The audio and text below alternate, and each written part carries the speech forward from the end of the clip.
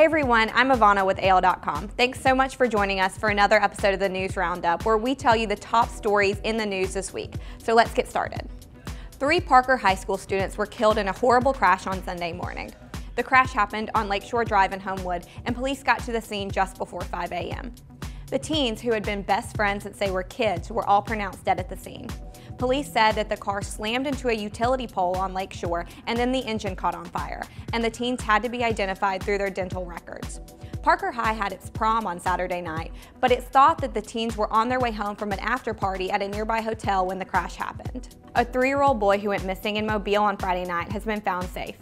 Saraland police say that the toddler was sleeping inside a Nissan Altima on Friday night when a family friend named Milton Ferris stole the car. An Amber Alert went out on Monday, and police confirmed later that day that the boy was found safe with his family. Police still haven't caught up with Ferris, and there's no word as to why the toddler was sleeping in the car. The old Trinity Medical Center in Birmingham could soon be transformed into an upscale development.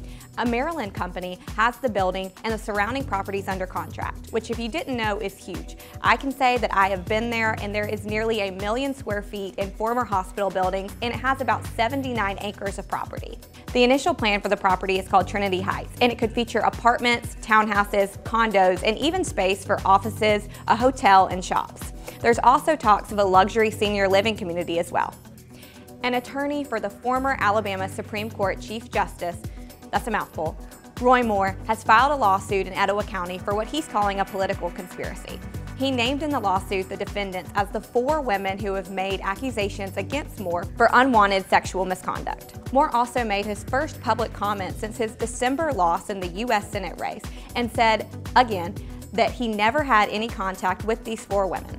Moore also made his first public comment since his December loss in the U.S. Senate race and said he has no intentions to run for public office again at this time. Just kidding, Roy Moore came out later on Thursday and said he's not totally ruling out another run for public office, and he may even consider a run for governor in the future.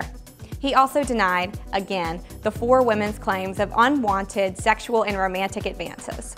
Moore said that he never knew the women and thought it was interesting that the women's decades-old claims only came out while he was campaigning for the U.S. Senate race. He said in his lawsuit that the women libeled and slandered him and that his reputation was damaged because of it.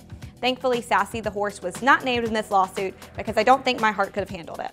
And finally, Cinco de Mayo is tomorrow. Now, I probably didn't have to remind you of that, but it's my personal favorite holiday, and I figured you needed to mark it on your calendar.